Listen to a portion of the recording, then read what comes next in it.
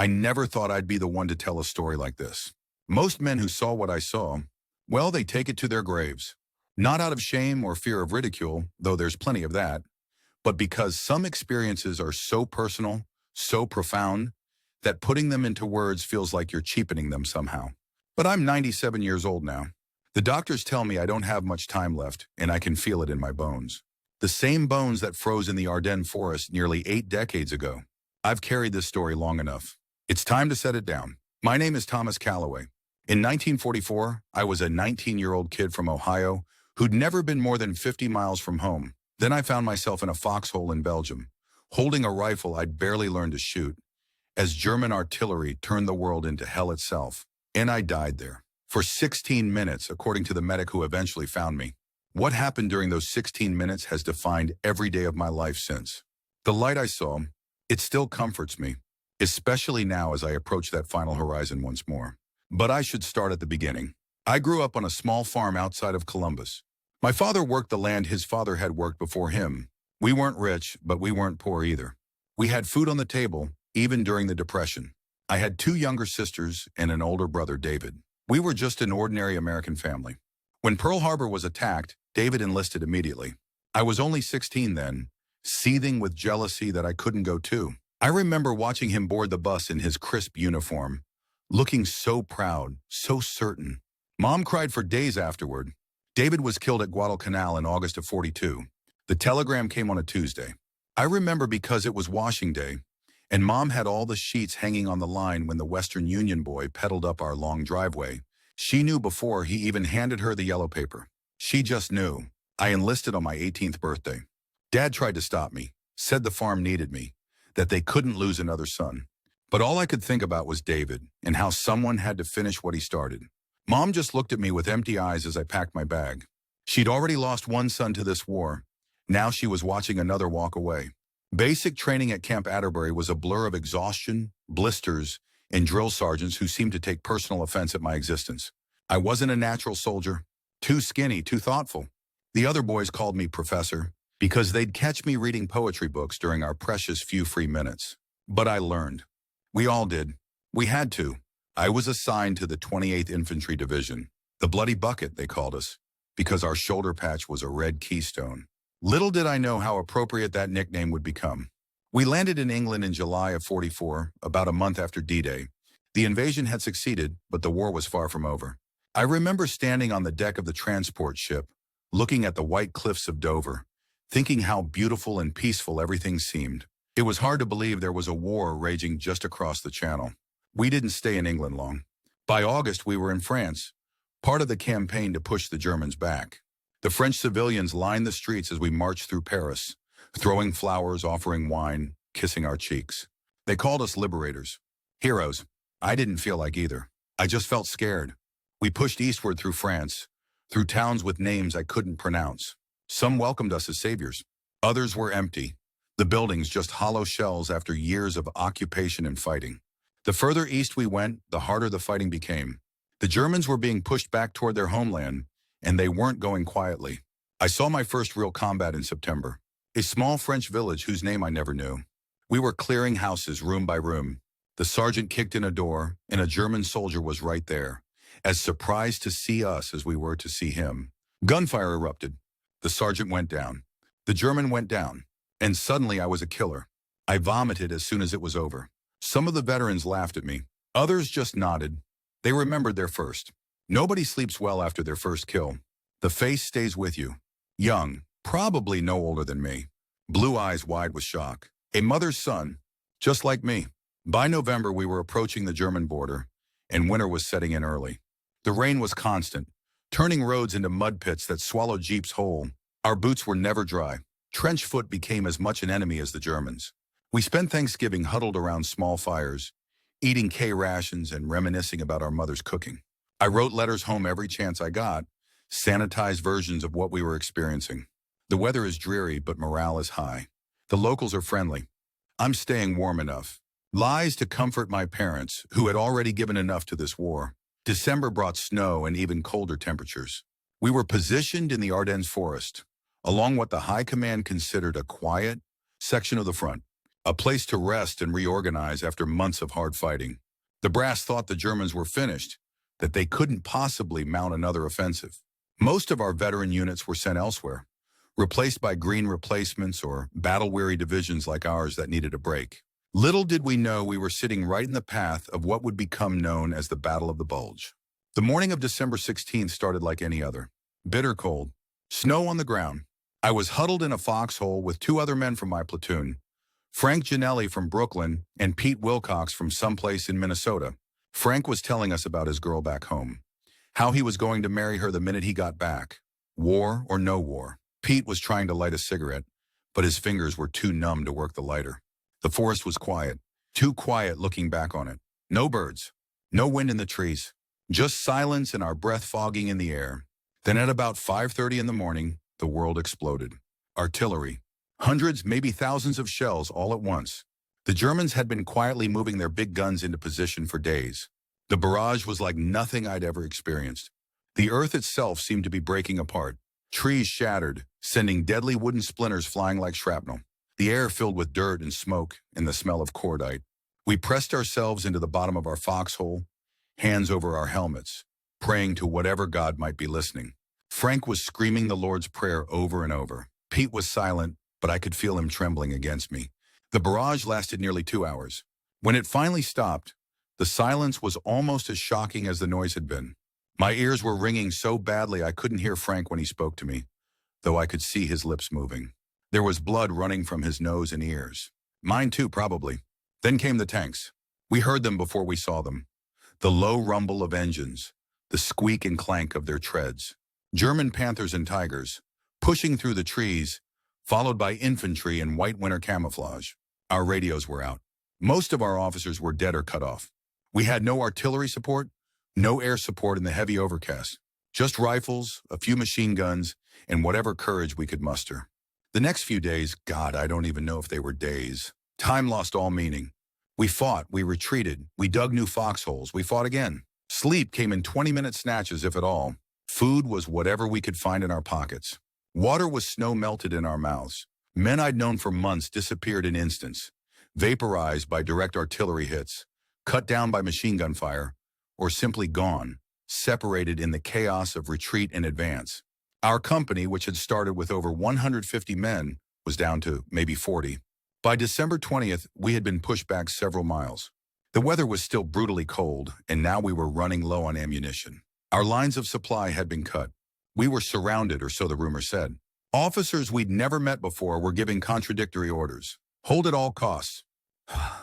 Fall back to the next ridge. Counterattack at dawn. That night, I found myself in a hastily dug foxhole with Pete. Frank had taken a piece of shrapnel in the thigh 2 days earlier and had been evacuated if he was lucky. We were positioned on the edge of a small clearing in the forest. Our orders were simple: hold until relieved. No one believed relief was coming. The temperature dropped to well below freezing that night. Pete and I took turns keeping watch while the other tried to sleep, huddled under our single blanket. We didn't dare light a fire.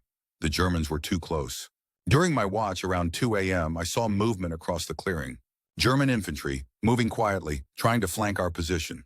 I shook Pete awake and pointed. Without a word, he readied his rifle.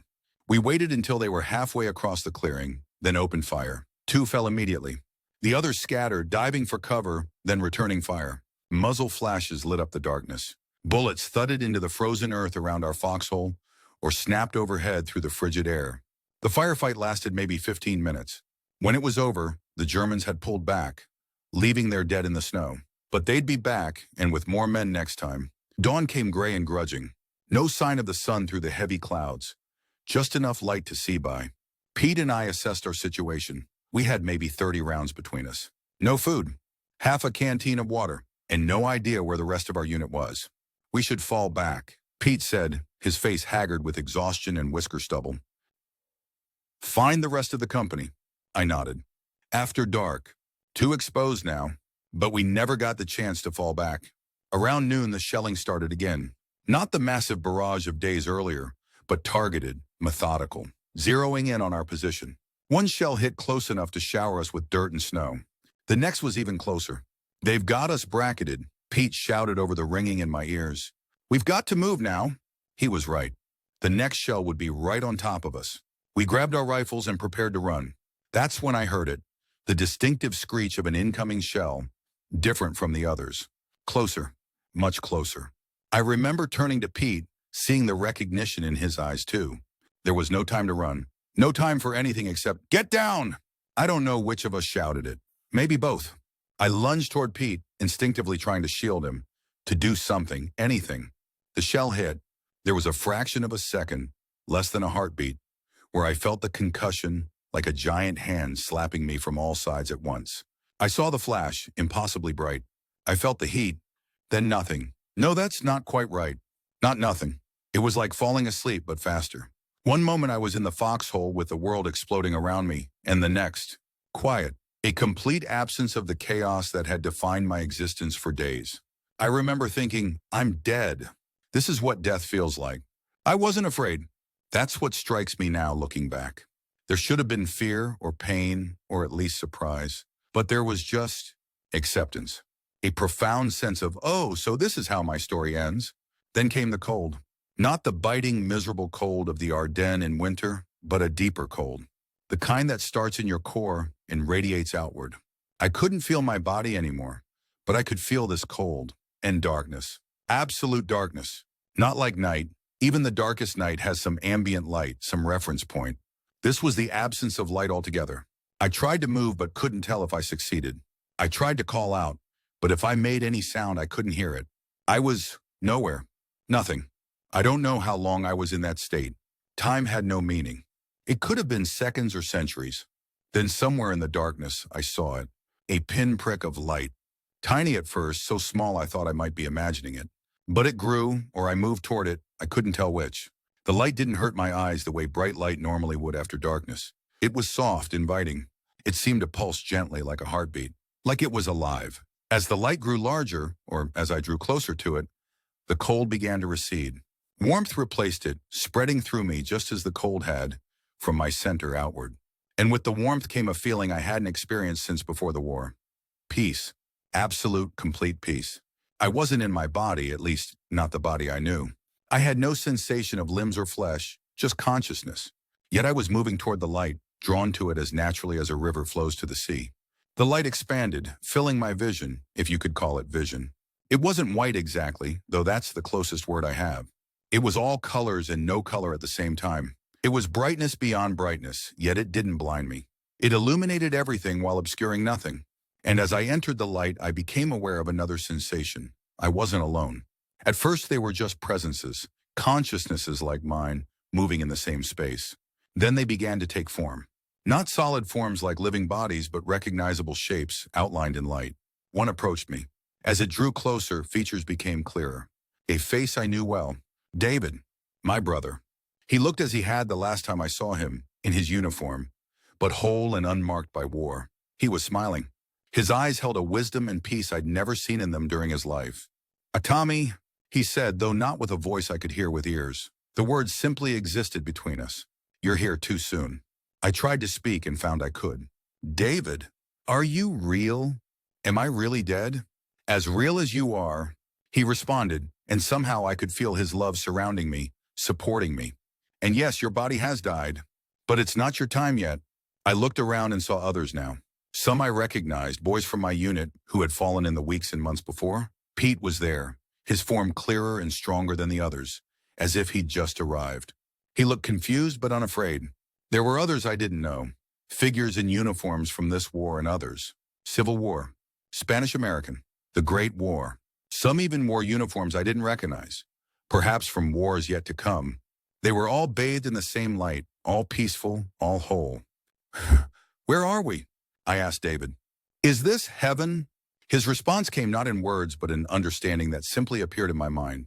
This wasn't heaven, not exactly. It was a waypoint, a crossing between worlds, a place where souls transitioned from one existence to another. Some were moving deeper into the light, towards something I couldn't see but could sense, something greater, vaster, more complete than the space we occupied. Others, like David, seemed to be waiting. "Why are you still here?" I asked him. "Why haven't you gone further?" "I stayed for you," he said simply, "to help when you arrived. But not all who arrive stay. Some return. Return? You mean back to life? For some, yes. Those whose time hasn't truly come. Those with work still to do. I felt a pull then, back toward the darkness I'd emerged from. Gentle at first, then more insistent. David's form began to fade slightly, as if he were moving away from me, though neither of us seemed to be moving. What's happening? I asked, suddenly afraid for the first time since entering the light. You're being called back, David said, his voice growing fainter. Your body is being healed. Your work isn't finished, Tommy. No. I reached for him, though I had no hands to reach with. I want to stay. I want to stay with you, in the light. David's expression was gentle but firm. You can't. Not yet. Will I remember this? I asked desperately as the pull grew stronger, as the light began to dim around me. Will I remember you in this place? Some do, came his fading reply. Some don't. But even those who don't remember in their minds remember in their souls. The light stays with them. The pull was undeniable now, drawing me back the way I had come. The light receded, growing smaller, concentrating. But as it did, something strange happened. Rather than diminishing, the warmth and peace I'd felt seemed to intensify, compressing into a single point of pure, I don't have a word for it. Love is too small, peace too simple. It was everything good, everything right, everything true, concentrated until it could fit inside me. Take it with you, I heard David say, his voice now just a whisper. The light. Take it back. The darkness returned. But it wasn't the same absolute void as before.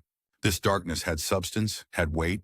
I began to feel cold again, but not the deep existential cold of before. Just ordinary physical cold and pain. God, the pain. Like every nerve ending firing at once. Like being torn apart and reassembled poorly.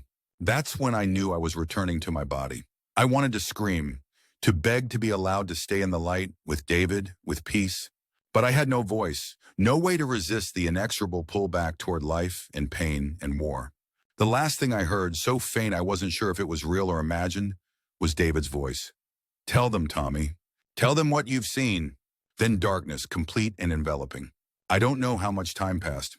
The next thing I remember is sensation returning, but wrong, disjointed. I could feel something cold and hard against my back. I could taste blood in my mouth. I could smell antiseptic and dirt and something burning. I tried to open my eyes, but they felt sealed shut. I tried to move my hand, but nothing responded. Then I heard voices, distant and muffled as if coming through water. This one's still breathing. Get a stretcher over here. Christ, look at his leg. Doubt he'll keep that. Tag him and move on. We've got more over by the tree line. Hands touched me, professional and impersonal. Something pinched my arm. A morphine syringe I'd learned later. The pain, which had been everywhere and overwhelming, began to recede, replaced by a floating disconnection. I felt myself being lifted, placed on canvas. The movement sent fresh waves of agony through me, despite the morphine. I must have made some sound, because one of the voices said, "He's conscious." Hang on, buddy. We've got you. I wanted to tell them about the light, about David, about the message he'd given me. But I couldn't form words, couldn't even open my eyes. As they carried me away from the foxhole that had been both my shelter and nearly my grave, I felt something strange. Despite the pain, despite the chaos I knew still raged around us, there was a calmness inside me, a small warm point of light that the darkness couldn't touch. In that moment, even before I fully understood what had happened to me, I knew that light would never leave me again. It would sustain me through whatever came next, the surgeries, the recovery, the lifetime of living with the knowledge of what waits beyond the veil. David had given me a gift. And with that gift came a responsibility to remember, to bear witness, to carry the light back into a world desperate for its warmth. As consciousness slipped away again, I made a promise. To David, to myself, to whatever power had allowed me this glimpse beyond death's door. I would not waste this second chance. I would not let the light die. The darkness took me once more, but this time I wasn't afraid. This darkness was just sleep, just medicine, just my body's desperate attempt to heal. It wasn't the final darkness. Not yet. And when I woke, well, that's the rest of the story.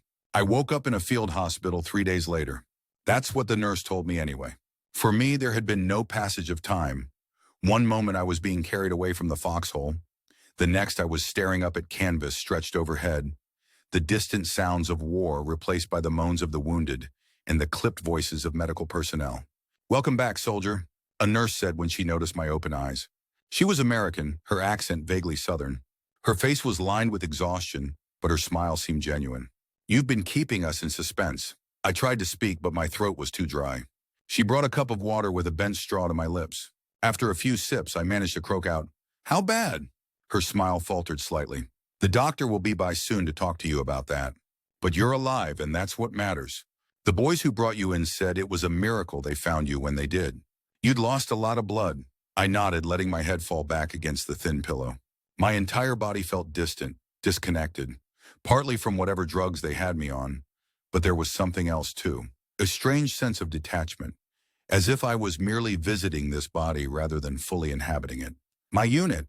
I asked. "The 28th? They're still out there fighting. The Germans pushed pretty far west, but word is our boys are starting to push back now. General Patton's Third Army broke through from the south a couple days ago." I closed my eyes, suddenly overwhelmed.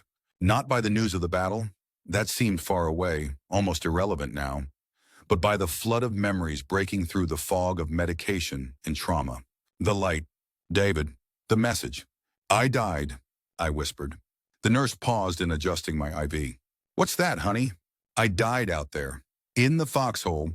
I was somewhere else." She patted my hand gently. "That's the morphine talking. Get some rest now. The doctor will be—" "No," I said with surprising firmness. "I need to tell someone. I need to remember it before it fades." Something in my voice must have reached her. She looked at me for a long moment, then pulled up a small stool beside my cot. "I've got 5 minutes," she said quietly. "Tell me." So I did. As best I could with my parched throat and drug-addled mind, I told her about the darkness, the light, seeing David, the profound peace, and being sent back. I told her about the message, that I needed to tell others what I'd seen, that the light remained even in the darkest places. When I finished, she sat in silence, her hands folded in her lap. I expected skepticism, maybe even concern about my mental state. Instead, she took a deep breath and said, "My brother was at Pearl Harbor, on the Arizona. After it happened, before they officially notified us, I had a dream. He came to me in a light, just like you described. Told me he was okay, that there was nothing to fear." She blinked rapidly, fighting back tears. "I've never told anyone that." Then she stood, straightening her uniform. "You rest now. And don't worry, whatever you saw over there, it's yours. No one can take it from you." She walked away before I could respond, disappearing among the rows of cots and wounded men. The doctor came by later that day, a harried captain with a surgical mask dangling around his neck and bloodstains on his apron. He didn't bother with pleasantries. "Callaway Thomas E., Private First Class, 28th Infantry." He read from my chart. "You're a lucky man, Private. That shell should have killed you outright." "It did," I said softly, but he wasn't listening. "Shrapnel wounds to the left leg, abdomen, and chest. Collapsed lung. Significant blood loss. Mild to moderate traumatic brain injury from the concussion." He looked up from the chart. "We had to take the leg. Below the knee. Too much damage to save it." I hadn't even realized until that moment. I'd been lying flat on my back, covered with blankets. My body so numb and distant that I hadn't registered the absence. Now, with terrible clarity, I became aware of the emptiness where my left leg should be. "My buddy?"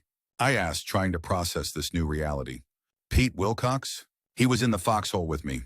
The doctor shook his head. "I don't know anyone by that name. You were the only one they brought in from that position who was still breathing." I closed my eyes, remembering Pete's confusion but unafraid expression as he stood in the light. At least now I knew for certain it hadn't been a hallucination. Pete had been there, newly arrived from his own death. "You'll be shipped back to England once you're stable enough for transport," the doctor continued. "They'll do a proper job on the amputation there. Fit you for a prosthetic. After that, it's back to the States for you. War's over, soldier."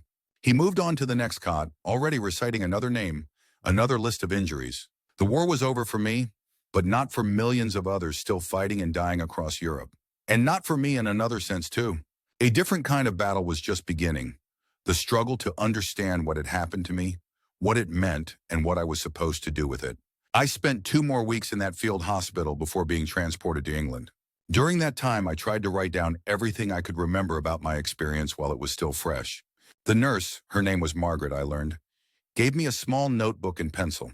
I filled pages with disjointed descriptions, trying to capture in words something that existed beyond language. The other wounded men noticed my furious writing. A few asked what I was working on with such intensity. I told some of them, those who seemed receptive, who weren't so traumatized by their own experiences that they couldn't hear about mine. Their reactions varied. Some dismissed it as delirium or the effects of shock. Others listened with quiet attention, especially those who'd had close calls themselves. One man, a sergeant who'd lost both legs to a landmine, told me he'd had a similar experience. "Saw my mother," he said, his voice barely above a whisper. "Been dead 10 years, but there she was, young again, whole. Told me it wasn't my time." He gripped my arm with surprising strength. "Don't let anyone tell you it wasn't real, kid. It was more real than this." He gestured around the hospital tent. In England, they performed another surgery on my leg, cleaning up the hasty battlefield amputation and preparing the stump for a prosthetic. The pain was excruciating at times, but strangely, it never touched that core of peace I'd brought back with me. It was as if the physical agony belonged to my body alone, while something deeper in me, my soul, I suppose, remained untouched, cradled in that remembered light. During my recovery, I received word that my parents had been notified of my injury, but not the details. I wrote to them myself, trying to strike a balance between honesty and reassurance. Yes, I'd lost part of my leg. No, I wasn't in danger anymore. Yes, I'd be coming home soon. No, they shouldn't worry. I said nothing about dying, about the light, about seeing David. How could I put that in a letter? They'd think the war had broken my mind. Maybe it had in some ways, but not in the way they'd fear. By March of 1945, I was back in the States, at a veterans hospital in Pennsylvania.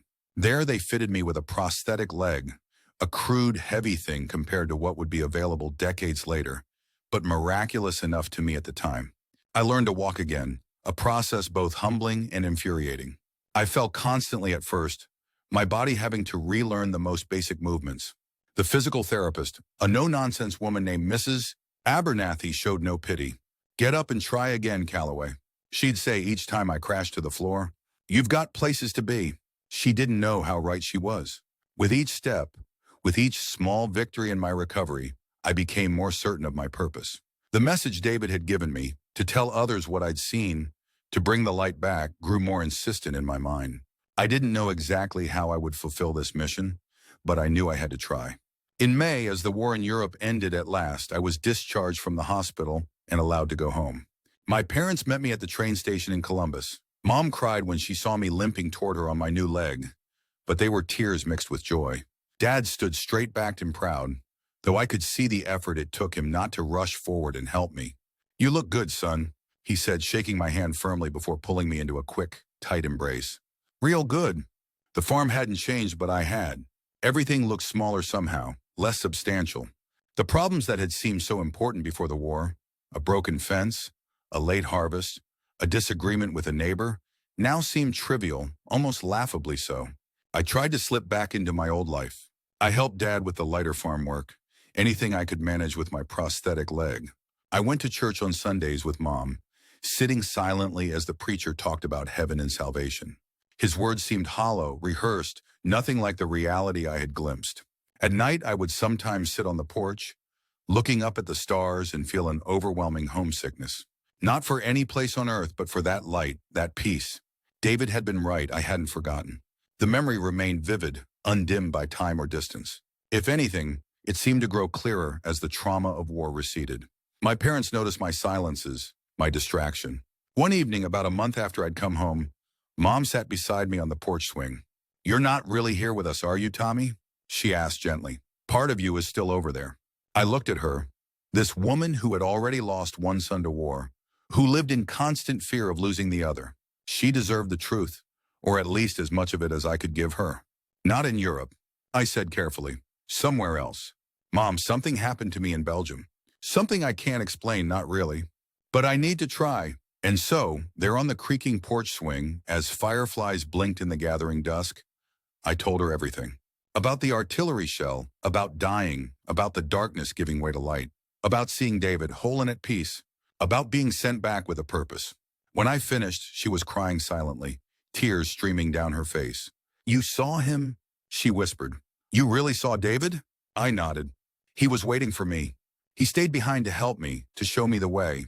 He's okay, Mom." "Better than okay." She took my hand, her fingers trembling slightly. "I believe you, Tommy. I don't know why, but I do. Because it's true," I said simply.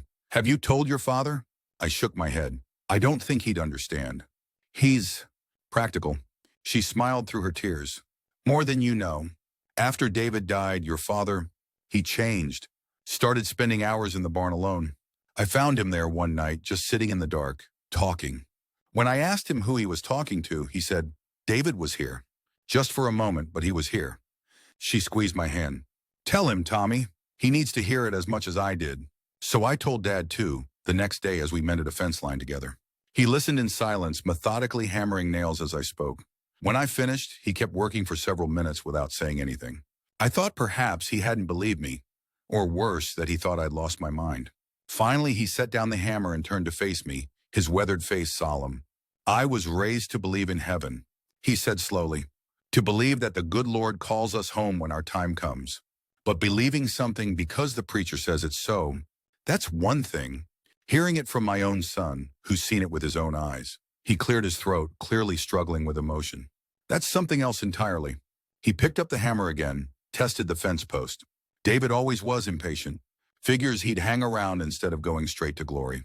A ghost of a smile touched his lips, waiting for his little brother. That conversation marked a turning point. Having shared my experience with my parents and received not judgment but belief, I felt emboldened to fulfill the mission David had given me. I started small, speaking to our church group about what I'd seen. The reactions were mixed. Some embraced my story eagerly, finding comfort in this first-hand account of what awaited beyond death. Others were skeptical, suggesting gently that perhaps my traumatic experience had caused hallucinations. A few were openly hostile, accusing me of blasphemy for claiming knowledge that, in their view, belonged only to God.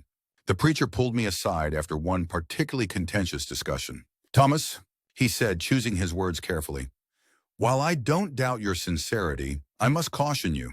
What you're describing, it doesn't entirely align with Scripture's teaching on the afterlife. I'm not claiming to understand all of it, Reverend, I replied. I'm just telling what I saw, and therein lies the danger. Your experience, however vivid, is subjective. Scripture is our objective guide. If we begin to value personal experience over revealed truth, what if they're both true? I interrupted. What if what I saw is just a glimpse, one facet of something too vast for any of us to fully comprehend? He sighed, patting my shoulder. I admire your faith, Thomas, truly. But perhaps some things are best left unmeasured by human understanding. I left that conversation frustrated but undeterred. If my story didn't fit neatly into established doctrine, so be it. It was still my truth, my experience, and I felt compelled to share it. Word spread about the young veteran who claimed to have died and returned. I was invited to speak at other churches, at veterans gatherings, even at a meeting of the Ladies' Garden Club. Mom was a member and had apparently been rather free with my story. Some invitations I accepted, others I declined, particularly those that seemed motivated more by morbid curiosity than genuine interest. In the fall of 1946, a reporter from the Columbus Dispatch contacted me. He'd heard about my story and wanted to do a feature article. After some hesitation, I agreed to meet with him. Philip Granger was not what I expected. Not the hard-boiled, cynical newsman of the movies, but a thoughtful man in his 50s who had served as a correspondent in the Pacific during the war. I've seen enough death to last several lifetimes, he told me as we sat in my parents' parlor.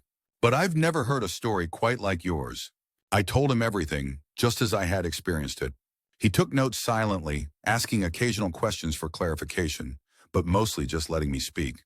When I finished, he set down his notepad and removed his glasses, pinching the bridge of his nose. You know how this will be received by some, don't you? He said. They'll say you're crazy or lying for attention. I know, but there will be others who need to hear it. Who are afraid of death, or grieving someone who's gone, who might find comfort in knowing what I saw. He nodded slowly. You sound very certain. I am.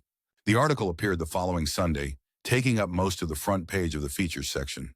The headline read, The Light Beyond, Local Veteran Shares Extraordinary Near-Death Experience. Granger had treated my story with respect, presenting it straightforwardly without sensationalism, but also without mockery. He included quotes from several religious leaders offering varying perspectives, as well as a brief comment from a medical doctor suggesting that such experiences might be explained by the brain's reaction to trauma and oxygen deprivation. The response was immediate and overwhelming. Letters poured into the newspaper, which forwarded them to me. Some writers expressed skepticism or outright disbelief, but the majority were supportive, with many sharing similar experiences of their own or of loved ones. One letter in particular stood out. It was from a woman named Eleanor Winters, whose son had been killed at Omaha Beach on D-Day. "For 17 months, I have been drowning in grief," she wrote. "The thought of my boy, afraid and in pain in his final moments, has been unbearable. Your story gave me the first peace I've known since receiving that dreadful telegram. The light you describe, the sense of being welcomed, I can imagine my Michael there now, whole and at peace. Thank you for having the courage to share what you saw." Letters like Eleanor's confirmed what I had felt all along, that my experience wasn't meant to remain private, that the light I'd glimpsed was meant to be shared, to bring comfort to those still walking in darkness. But with this growing attention came complications. My parents' phone rang constantly. Strangers appeared at our farm, hoping to speak with me, some traveling considerable distances. A few claimed to be mediums or spiritualists, eager to help me develop what they saw as psychic abilities. The attention became too much. In early 1947, I made a difficult decision to leave the farm and move to Columbus, where I could have more privacy while still being accessible to those who genuinely needed to hear my story. I found work at a hardware store owned by a fellow veteran who didn't care that I moved a bit slower with my prosthetic leg. I rented a small apartment above a bakery downtown, and I continued to speak about my experience to anyone who would listen. Church groups, civic organizations, veterans associations, grief support circles. It was at one such gathering, a meeting of parents who had lost children in the war, that I met Sarah. She was there not as a grieving parent, but as a volunteer, serving coffee and offering quiet support to the attendees. She had been a nurse during the war, stationed at a hospital in England. She'd seen her share of death and suffering, but maintained a gentle strength that immediately drew me to her. After my talk, she approached me, her expression thoughtful. "That was beautiful," she said. "The way you described the light, it reminded me of something a patient once told me, a pilot who'd been shot down over Germany. He was terribly burned, in so much pain, but he had this strange peace about him. He told me he'd died in his parachute before rescuers found him, that he'd seen a light so beautiful it made every pain worthwhile to have glimpsed it.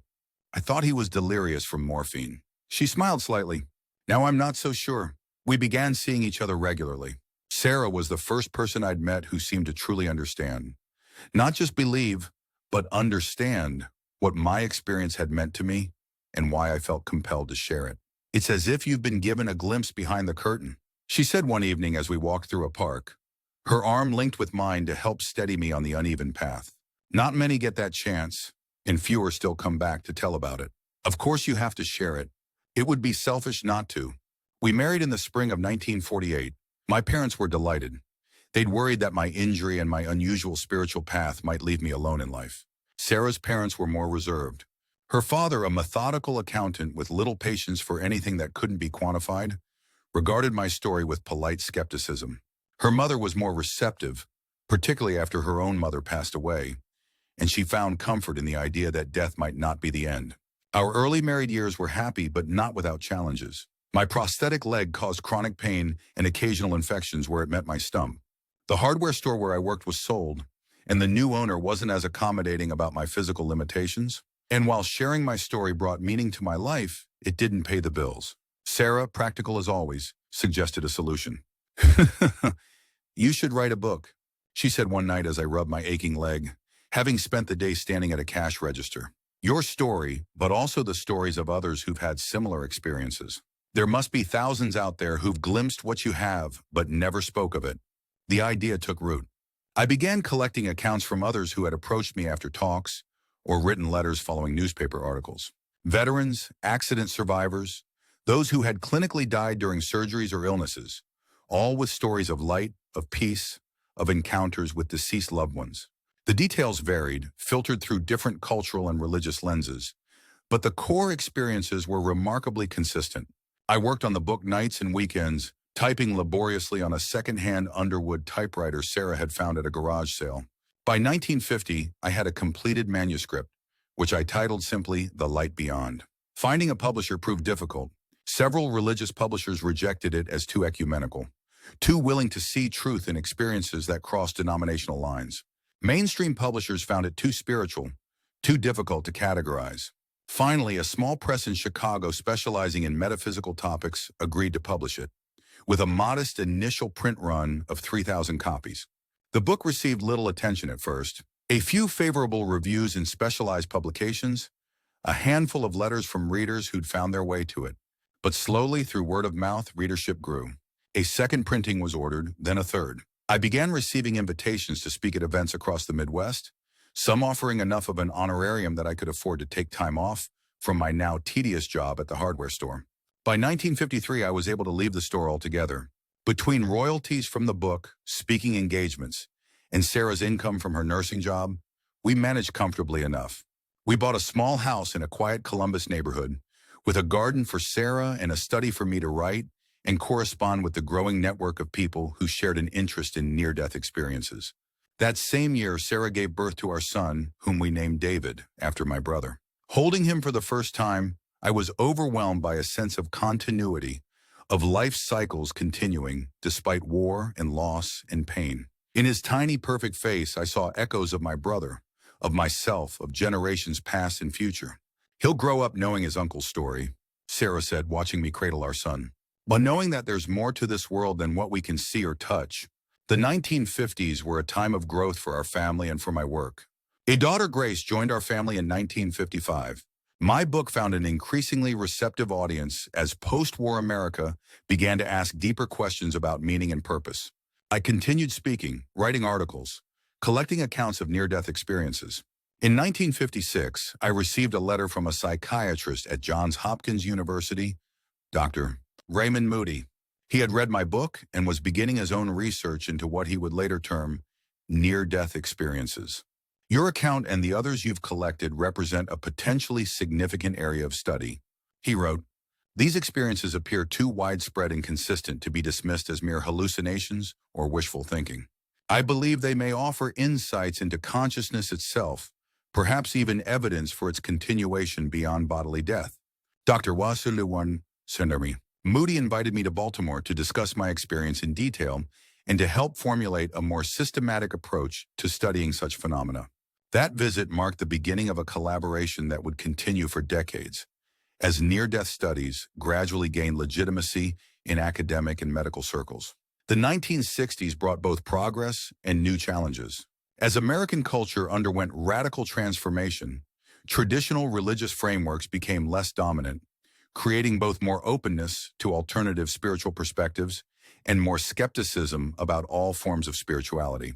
My work found enthusiastic reception among some in the counterculture, who saw near-death experiences as validation of expanded consciousness, while others dismissed such accounts as subjective, unprovable, and therefore meaningless. Through it all, I maintained a simple position. I could only speak with certainty about what I had experienced personally. I made no claims to universal knowledge or divine revelation. I simply offered my story, and those of others who had shared similar journeys, as data points for consideration in humanity's ongoing quest to understand the mystery of existence. By the 1970s, near-death experiences had entered mainstream consciousness.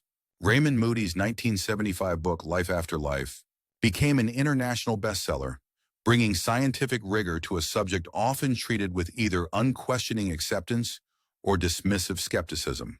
He acknowledged my early work in the field, even inviting me to write the foreword for his book. Thomas Calloway's courage in sharing his experience at a time when such accounts were often met with ridicule laid groundwork for a more serious exploration of this phenomenon. He wrote in his acknowledgments, his commitment to honest testimony without embellishment or dogmatic interpretation represents the ideal approach to this profoundly important subject. As research advanced, medical science began offering potential physiological explanations for near-death experiences. Oxygen deprivation, release of endorphins, temporal lobe stimulation. Some saw these explanations as debunking the spiritual significance of such experiences. I took a different view. The fact that our brains may have mechanisms that produce these experiences doesn't make them less real or meaningful. I told a journalist who asked for my response to these scientific theories, we experience everything through our brains: love, beauty, truth. That doesn't make those experiences merely neurological events. It just means our physical bodies are designed to interface with realities that may extend beyond the physical. As I aged, my perspectives evolved. The young soldier who had returned from death with absolute certainty gave way to an older man who held his certainty more lightly, with more room for mystery and unknowing. The light remained the central truth of my life, but I became less concerned with convincing others and more focused on living in accordance with what that light had revealed to me. That love persists, that consciousness continues, that fear of death is unnecessary. Sarah and I grew old together, watching our children become adults, welcoming grandchildren. David became a doctor, his choice of profession influenced, he told us, by the stories of near-death experiences he'd grown up hearing. I wanted to understand the boundary between life and death, he explained. Grace became a grief counselor, working with the bereaved to find meaning and healing after loss. In 1994, 50 years after my experience in that Belgian foxhole, Sarah was diagnosed with pancreatic cancer. The prognosis was poor from the beginning. Within 6 months, she was bedridden, her once vibrant body wasted by disease and treatment. One night, as I sat beside her bed while she slept fitfully, I was overwhelmed by fear. Not for her, I had absolute confidence in what awaited her, but for myself. How would I bear her absence? How would I continue without her quiet strength, her practical wisdom, her unwavering support? As if sensing my distress, she opened her eyes. "Tommy," she said, her voice thin but clear. "I'm not afraid." I took her hand, now so fragile I could feel every bone beneath the skin. "I know you're not, but you are." It wasn't a question. I nodded, unable to speak through the tightness in my throat. "Don't be," she said. "I've heard you tell your story hundreds of times. I believe it with all my heart. And when I go to that light, I'll find David and your parents and mine. And someday, when it's truly your time, you'll join us." She squeezed my hand with what little strength she had left. "Think of it as me going ahead to get things ready." She died 3 days later, peacefully in our home, with David and Grace and me at her bedside. In her final moments, her eyes, which had been closed for hours, suddenly opened wide. A look of wonder spread across her face. "Oh," she whispered, "it's so beautiful." And she was gone. The grief that followed was a physical weight, a constant presence. But it was tempered by something else. A profound awareness that Sarah's consciousness continued, that the essential part of her existed beyond the body that now lay in Columbus Memorial Cemetery. This wasn't blind faith or desperate hope. It was knowledge, as certain as anything I'd experienced in my long life. The light that had comforted me for decades now comforted me in a new way, assuring me that separation from Sarah was temporary, that our connection continued beyond the apparent break of death. In the years that followed, I continued speaking occasionally.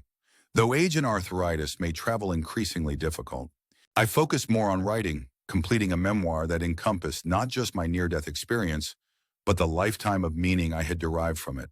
As the new millennium dawned, I found myself in the curious position of being both a pioneer in a field now taken seriously by medical science and a relic of an earlier, less sophisticated era of research. Younger researchers now used functional MRI machines and complex psychological assessments to study what I had described in simple, experiential terms. Their work fascinated me, though I sometimes worried they were so focused on the mechanisms of near-death experiences that they overlooked their meaning. The how matters. I told a group of researchers who had invited me to speak at a conference in 2005, but the why matters more. What are these experiences trying to teach us? How should they change how we live, how we treat each other, how we face our mortality? Time has a way of both clarifying and complicating perspective. At 97, looking back across the decades since that artillery shell sent me briefly beyond the veil, I see how my understanding of my experience has evolved, deepened, taken on new dimensions with each stage of life. As a young man fresh from war, I saw it primarily in religious terms, proof of heaven, of God's mercy, of life beyond death. In middle age, raising children in a changing world, I began to appreciate its ethical implications. If consciousness continues, if we are more than just our physical bodies, then our actions toward one another take on deeper significance. Now, in my final years, I'm drawn to its most essential teaching, that love transcends death, that connection persists beyond physical separation.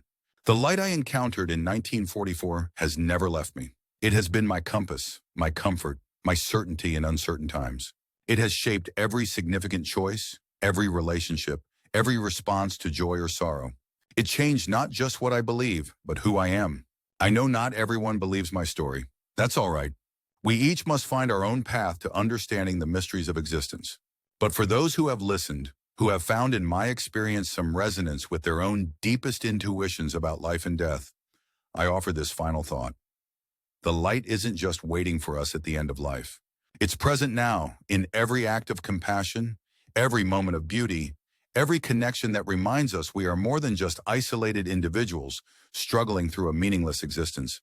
The message I brought back wasn't just that death isn't final. It's that love isn't bound by the limitations we think it has. My body is failing now. The doctors say it won't be long, weeks, maybe months. I'm not afraid. How could I be knowing what I know?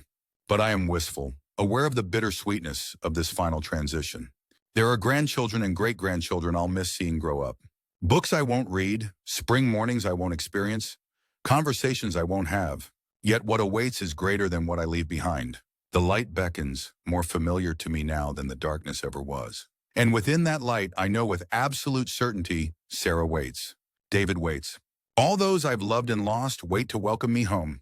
Not heaven as I was taught to imagine it as a child, no pearly gates or streets of gold, but something both simpler and more profound. The continuous unfolding of consciousness, the eternal expansion of love. I've carried this light for nearly 80 years, ever since that day in a frozen foxhole when death briefly claimed me. I've shared it as best I could, through words imperfect but heartfelt.